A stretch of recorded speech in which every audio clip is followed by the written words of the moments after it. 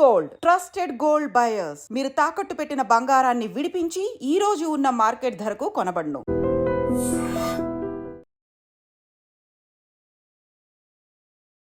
నమస్కారం, welcome to I dream. ధర్మ మార్గం విత్ విచిత కార్యక్రమానికి స్వాగతం.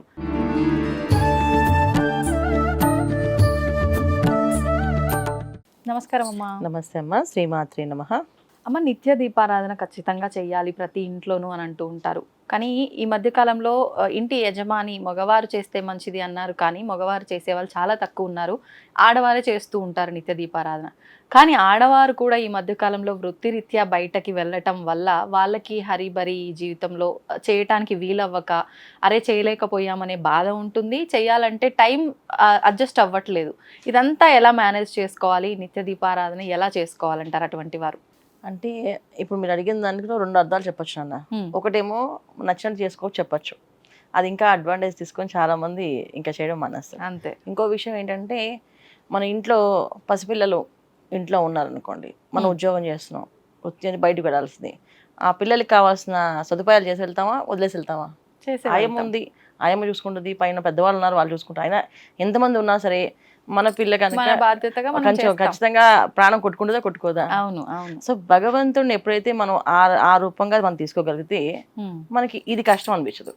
అంటే ఎన్నో ప్రోగ్రామ్స్ మనం ప్లాన్ చేసుకున్న రోజుల్లో టైంలో ఇది ఆ టైం అనేది మెయింటైన్ చేయడం అనేది ఒక 5 to 10 minutes అనేది ఈజీగా చేసుకోగలం.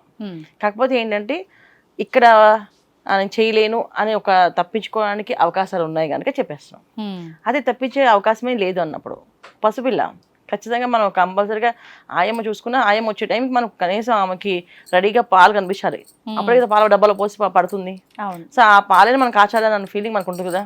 అలాగే విషయంలో భగవంతుడి విషయంలో మనం అలా నిర్ణయాలు తీసుకుంటే, సో మనకి ఆయన అలా చేస్తే ఆయన ఏం చేస్తాడంటే మనకి టైం ఇస్తాడు. నువ్వు ప్రశాంతంగా చేసుకెళ్ళి పూజకి, నిన్ను ఎవరు ఆపుతారు, అసలు హ్యాపీగా వెళ్ళు అని చెప్పి భగవంతుడు మనకు టైం ఇస్తాడు.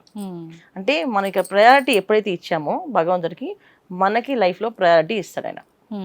సో మీ లైఫ్కి ప్రయారిటీ కావాలి అంటే మన భగవంతుని ఆరాధన అనేది చేసుకోవాలి. అయితే దీపం వెలిగించే పరిస్థితి రాలేనప్పుడు, నిజంగా రాదు అన్నప్పుడు సింపుల్ ఏంటంటే, దీపం అనేది ఏంటంటే ఇంటికి ఇల్లాలు దీపం అని చెప్తాను. అంటే ఏంటి అంటే, పొద్దున్నే లేచి స్నానం ఆచరించి ఏదైతే స్టవ్ వెలిగిస్తామో అదే దీపం. దాన్ని ఫస్ట్ దీపం కింద అన్నారు. భగవంతుడి దగ్గర సపరేట్ దీపం కాదు. ముందు ఏదైతే మనం వెలిగించి మనకి ఇంట్లో ఉన్న వాళ్ళందరికీ కాఫీలు టీలు కోసం దేనికోసం మనం స్టవ్ వెలిగిస్తామో, ఆ స్టవ్ ముట్టుకున్నప్పుడు ఏదైతే అగ్నిదేవుణ్ణి స్మరిస్తామో అప్పుడు కాస్త స్నానం చేసి వచ్చి కాస్త స్టవ్ని, అంటే పూర్వం అయితే పొయ్యి ఉండేది, ఆ పొయ్యిని అలికి పెట్టుకునే వాళ్ళు రాత్రి పొద్దున్నే పసుపు కుంకుమ కాస్త బొట్లు పెట్టేసి ఆ పొయ్యి వెలిగించినప్పుడు అగ్నిదేవుని నమస్కారం చేస్తారు. ఎందుకంటే ఆ పొయ్యి వెలగాలి కదా. అప్పుడు కట్టెలన్నీ వెలగలేదు అనుకోండి, ఒక రోజు ఏం చేస్తావు, అవి వెలిగేవి కాదు. ఎంతసేపు వెలిగించినా వెలిగేవి కాదు, చాలా కష్టం అయిపోయి అందరూ లేచేస్తుండే వాళ్ళు, కాఫీలు కావాలి, టిఫిన్లు కావాలనేసి. అప్పుడు ఖచ్చితంగా దేవుడు దేవుడు దేవుడు అని చెప్పి అనుకుంటేనే అది వెలిగించేవాళ్ళు కట్టెల్ని. ఇప్పుడు ఏంటి మనకు వచ్చింది, గ్యాస్ స్టవ్ వచ్చేసి చక్కెర కొడితే ఆన్ అయిపోతుంది. కొంతమంది జస్ట్ ఆన్ చేస్తే ఆన్ అయిపోతుంది. దాంతో ఏంటంటే లేవడం బెడ్ నుంచి లేవడమే వెళ్ళి స్టవ్ ముట్టుకొని వెలిగిస్తున్నారు. ఇది దోషం కింద మారుతుంది. దీనివల్ల ఏంటంటే మనకి ఏ పని చేయాలన్నా, సో చుట్టూ మనకి బాడీలో ఏంటంటే రజోగుణం అనేది పెరుగుతుంది. ఏదైతే స్నానం ఆచరిస్తామో అప్పుడు సాత్విక గుణం అనేది ఉంటుంది. మనలో 3 గుణాలు ఉన్నాయి. సో ఈ 3 గుణాల్లో ఎక్కువగా వాడేది రజోగుణమే. సో తామసం గుణం ఉంది కదా, అది చాలా తక్కువగా, రజోగుణం ఎక్కువ పెరుగుతుంది. సరే ఫాస్ట్గా అయిపోవాలి పని, ఫాస్ట్గా టైం సరిపోదు అని చెప్పి పరిగెడతాం కదా. ఈ పరిగెట్టే ప్రాసెస్లో చేసే పనులు కొన్ని మిస్టేక్స్ మన జీవితాన్ని ఇంకా ఇంకా వెనక్కి తీసుకెళ్తుంది. ఇప్పుడు పూర్వం చూడండి, ఒకే యజమాని సంపాదిస్తే ఇంటిల్లిపాది హాయిగా తిని హాయిగా ఉండేవాళ్ళు. ఇవాళ ఇంట్లో ఉన్న అందరూ సంపాదించినా హాయిగా తినలేకపోతున్నారు, హాయిగా ఉండలేకపోతున్నారు. అవునమ్మా. సో ఎందుకు వచ్చింది ఆ కారణం? మనలో చేసే కొన్ని మిస్టేక్స్ అవి మనని శాపాలుగా మారుతున్నాయి. సో దానివల్ల వెనకబడుతున్నాం. మనం ముందుకు వెళ్తున్నాం అనుకుంటున్నాం, కానీ మనం కొన్ని అలవాట్లు వదిలేసి వెనకబడుతున్నాం. సో వచ్చే తరానికి అది ఏం చేయాలి అనేది కూడా తెలియకుండా అయిపోతుంది. ఇలాంటి పరిస్థితికి మనం వెళ్తున్నాం. సో అందుకని ఏంటంటే పెద్దవాళ్ళు ఏం చేస్తారంటే కనీసం మీరు ఇంకా స్టవ్ ఇలా వెలిగిస్తారు కనుక స్నానం చేసి దీపం పెట్టండి దేవుడి దగ్గర అని చెప్పారు. సో దేవుడి దగ్గర ఖచ్చితంగా స్నానం చేసి వెళ్తాం కదా.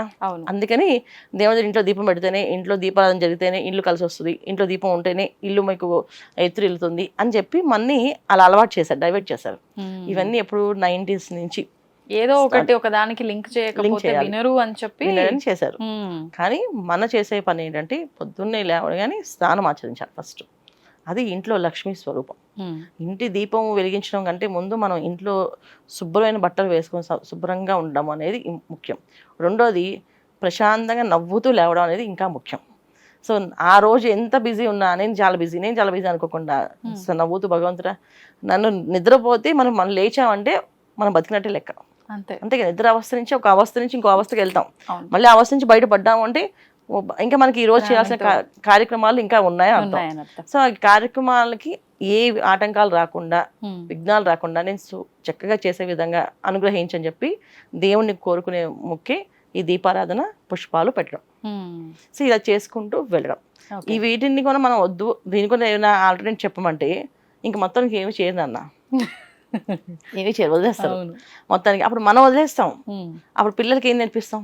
రేపు పిల్లలకి అసలు భగవంతుడు ఒకటి ఉంటుంది. ఇప్పుడు చాలా ఇళ్లలో దేవుడు రూమే లేదు, అవును. ఏదో జస్ట్ 2 ఫోటోలు పెడుతున్నారు. అంతే. ఏదో కొంతమంది మెడిటేషన్ చేస్తాం మాకు భగవంతుడు అక్కడ మాకు కళల్లో మాకు అనిపిస్తుంది అని చెప్పేది తప్పేమీ లేదు. ఉమ్, కాకపోతే ఏంటంటే నెక్స్ట్ తరానికి ఏమి ఇస్తున్నాం మనం? అవును. మనం ఇక్కడ ఓకే, బట్ నెక్స్ట్ తరానికి ఇవ్వాలి అంటే రాను రాను మన మరుగున ఆచారాలు, మన పడిపోతున్నాయి సాంప్రదాయాలు, మన హిందుత్వం ఏదైతే ఉందో, ఉమ్, మన సనాతన ధర్మం ఏదైతే చెప్పిందో ఈ ధర్మాన్ని మనం పాటించాలా చెయ్యాలి. ఉమ్, ఇది మన మానవ జన్మగా మనం తీసుకున్నప్పుడు, ఒక హిందూ ధర్మంలో మనం పుట్టినప్పుడు హిందువుగా మనం చేయాల్సిన కార్యక్రమాలు కొన్ని ఉంటాయి, బాధ్యతలు. ఓకే. ఇవి బాధ్యతలు. ఉమ్. సో ఇవి ఖచ్చితంగా చేయాలి.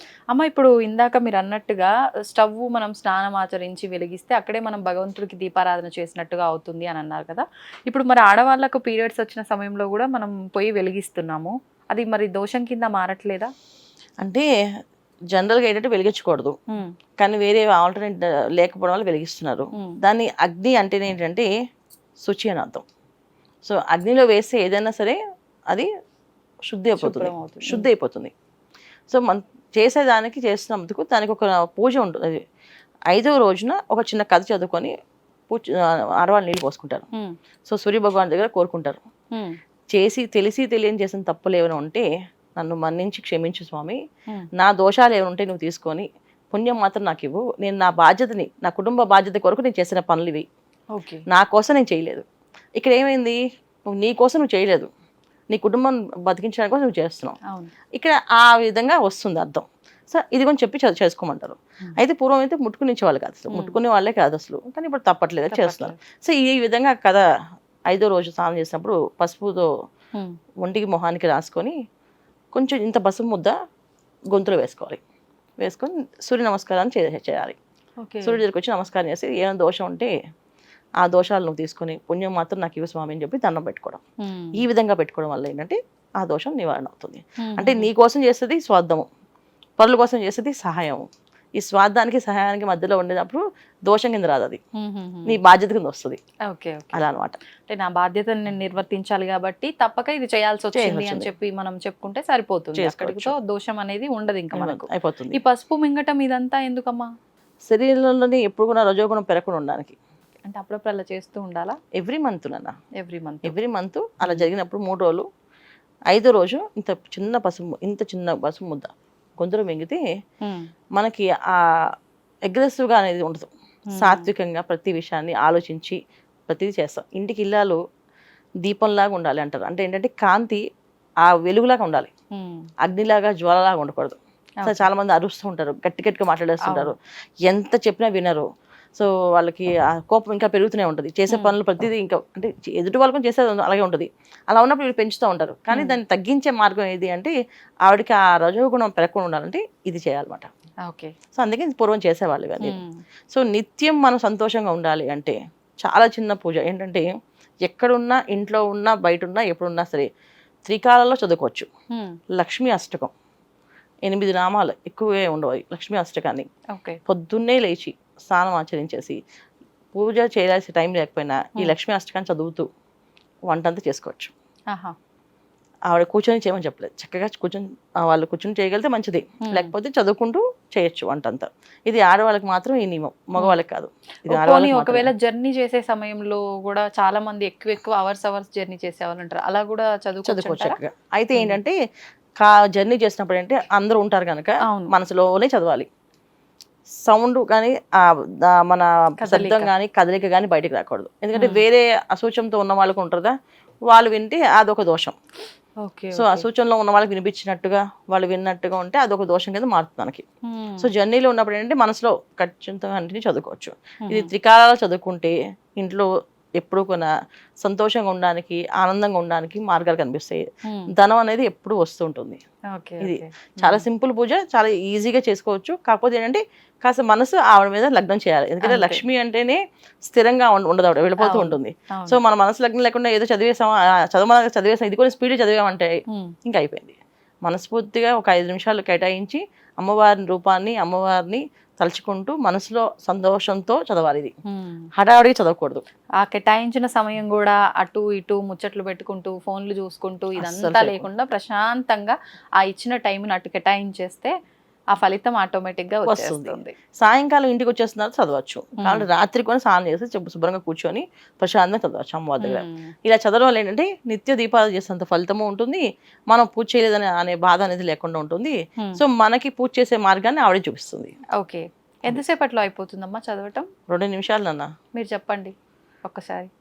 నమస్తుస్తే మహామాయే శ్రీపీఠే సురపూజితే శంఖచక్ర హస్తే మహాలక్ష్మి నమోస్తుతే అని ఈ శ్లోకాలు ఎన్ని వస్తాయి. ఓకే, ఇవి చదువుకుంటూ అంటే ఇది చక్కగా వినడము చదవడము చేస్తూ ఉంటే వీళ్ళకి వస్తుంది, తప్పులు లేకుండా.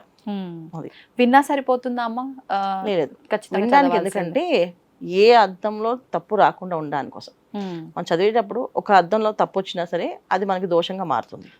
సో అందుకే శబ్ద దోషం అంటారు కదా, పిలిచేటప్పుడు పలికేటప్పుడు ఆ దోషం వీళ్ళకి వెంటాడుతుంది. సో అందుకని జనరల్ గా పెద్దవాళ్ళు ఏం చేస్తారంటే మీకు రాకపోతే వదిలేయండి, చదవకండి అని చెప్పేవాళ్ళు. దాన్ని తప్పుగా అర్థం చేసుకున్నారు అందరూ. రాకపోతే వదిలేమని చెప్తారండి వీళ్ళు, నేర్చుకుంటేనే వస్తుంది అంటే కాదు. నేర్చుకునే ప్రాసెస్ చాలా అర్థాలు తప్పుగా పలకడం వల్ల దానికి ఇంకా ఇంకా కర్మలు అనుభవించాల్సి వస్తుంది. దానికంటే చదవకుండా అమ్మ నాకు వచ్చేటప్పుడు చదువుతా అని చెప్పి పెద్దవాళ్ళ దగ్గర కూర్చొని నేర్చుకొని చదవమని చెప్పేవాళ్ళు. అమ్మ కొన్ని సందర్భాల్లో ఇంట్లో చదువురాని వాళ్ళు పెద్దవాళ్ళు ఉంటే గనక మనం పూజా మందిరంలో కూర్చొని ఏదైనా బుక్స్ ఇలాంటివి చదువుతున్నప్పుడు, ఇలాంటి మంత్రాలు చదువుతున్నప్పుడు గట్టిగా చదువు మేము కూడా వింటామని చెప్పి కూర్చొని నమస్కారం పెట్టుకొని కూర్చుంటూ ఉంటారు. అలాంటి సందర్భాల్లో నిజంగా అది వాళ్ళకి వినిపించేటట్టు చదవడం కరెక్టేనా? ఇప్పుడు మీరు అన్నట్టుగా ఏదైనా తప్పుగా చదివితే మళ్ళీ వాళ్ళకు కానీ మనకు కానీ దోషం వస్తుందంటారా? విన్న వాళ్ళకి దోషం ఉండదు, కానీ చదివిన వాళ్ళకి దోషం ఉంటుంది తప్పుగా చదివితే. అందుకని తప్పు విన్న వాళ్ళకి ఏం తెలియదు కదా, అది ఇక్కడ ఏముందో అది వాళ్ళు వినేశారు. ఇప్పుడు నేను చదవమని చదివేశాను, విన్నారు. కానీ ఇది వినేటప్పుడు వాళ్ళు ఇబ్బంది ఉన్న రోజుల్లో విన్నారనుకోండి, అది వాళ్ళకి దోషంగా రాదు. ఇప్పుడు నేను చదివినందుకు దోషంగా వస్తుంది. అందుకే జనరల్ గా మంత్రాన్ని, శ్లోకాలని చదవద్దు అంటాం, అందరి ముందు చదవద్దు అంటాం. ఎందుకు చదవద్దు అంటే అర్థం ఏంటంటే అది ఏ వేళలో వింటారో తెలియదు. కొంతమంది మంచం పడుకుంటూ ఆన్ చేసి విన్నారనుకో, ఆ టైంలో ఇది స్వరం వెళ్ళి విన్నారనుకో, అది నాకు దోషంగా మారుతుంది. సో జనరల్ గా అందుకే నేను ఎక్కడ కొన్నా మంత్రం ఇది ఇలా చేయండి అని చెప్పను, నామాన్ని ఇస్తాను. ఈ నామ మంత్రాన్ని చేసుకోవచ్చని. ఇప్పుడు ఓం నమో హనుమతే నమః అంటాం, శ్రీమాత్రే నమః అంటాం. ఇది నామాలు, ఇది ఎల్లవేళలా ఏ అవసరంలో చేసుకోవచ్చు. అంటే మన పరిస్థితి బాగాలేనప్పుడు కూడా నాకు ఓపిక కావాలంటే మరి భగవంతునే కదా కోరాలి, అందుకని చేయొచ్చు. నామాలకి దోషం లేదు. అమ్మ కొన్ని సందర్భాల్లో అంటే ఇంట్లో అందరూ లేవక ముందరే పెద్దవాళ్ళు ఒకరిద్దరు లేచినప్పుడు సుప్రభాతం లాంటివి, దేవుడి పాటలు ఇలాంటివి టీవీలో ప్లే చేస్తూ ఉంటారు, మిగతా వాళ్ళు పడుకునే ఉంటారు. కొన్నిసార్లు వినిపిస్తూ ఉంటుంది నిద్రలో ఉన్న. అటువంటప్పుడు కూడా దోషం ఏమన్నా వచ్చే అవకాశం? అలాంటప్పుడు పెట్టకూడదు జనరల్ గా. ఎందుకంటే మార్నింగ్ లేవగానే పెట్టాలి అనుకుంటే మంగళ వాయిద్యాలది నాదస్వరం పెట్టచ్చు. ఆ శబ్దానికి అందరూ లేస్తారు, అందరూ లేచి శుభ్రంగా వాళ్ళ ఉన్న కార్యక్రమాలు తీర్చుకున్న తర్వాత మనం స్నానం ఆచరించి అది వినాలి. ఇప్పుడు మనం సుప్రభాతం వింటే మనకి ఏ ఫీలింగ్ వస్తుంది? తిరుమల వెంకటేశ్వర స్వామి గుడి, స్వామివారి దగ్గరికి వెళ్ళినట్టుగా, అక్కడికి వెళ్ళి దర్శనం చేసుకున్నట్టుగా, ఆ రూపాన్ని మనం చూస్తున్నట్టుగా అనిపిస్తుంది. అలాగే మనకి ఏదైనా అమ్మవారి శ్లోకాలు, లలిత సహస్రం అంటే అమ్మవారి రూపం కనిపిస్తుంటుంది. సో అమ్మవారి రూపాన్ని మనం ఎలా దర్శిస్తున్నాం? మన మనసు వెళ్ళిపోతుంది అక్కడికి. సో మనసు వెళ్ళినప్పుడు మనం ఏ శరీరంతో ఉన్నాం, అక్కడ ఏ అవస్థలో ఉన్నాం. సో ఈ అవస్థ నుంచి బయటపడడానికి పొద్దున పూట పెట్టే కార్యక్రమాలు ఏదైనా సరే స్నానం ఆచరించాక అది రన్ చేస్తూ మీరు వంట, వార్పు, బాక్సులు కట్టుకోవడం, ఆఫీసులకు వెళ్ళడం ఇవన్నీ చేసుకోవచ్చు. కానీ వేరే అవస్థల్లో ఉన్నప్పుడు కూడా వింటూ అవన్నీ అవస్థల పనులు చేసుకోకూడదు, అది దోషం కింద మారుతుంది. అది. ధన్యవాదాలమ్మా, చాలా మంచి విషయాలు తెలియజేశారు. నమస్తే అమ్మా. శ్రీమాత్రే నమః. అవుతున్న శివలింగం. పరమాత్మకు జీవా సరే దాన్ని అట్లా కప్పేసేయండి, చూపించదండి. Krishna is there. మూర్తి పూజ కాదు, సాక్షాత్ బ్రజేంద్ర నందన భగవాన్ ఉన్నారు మూర్తిలో. ఏమీ ఆశించకుండా ఆరాధించే వాళ్ళు కూడా ఉన్నారా ప్రభుజీ? నిజమైన భక్తి అంటే మనకు తెలియదు కాబట్టి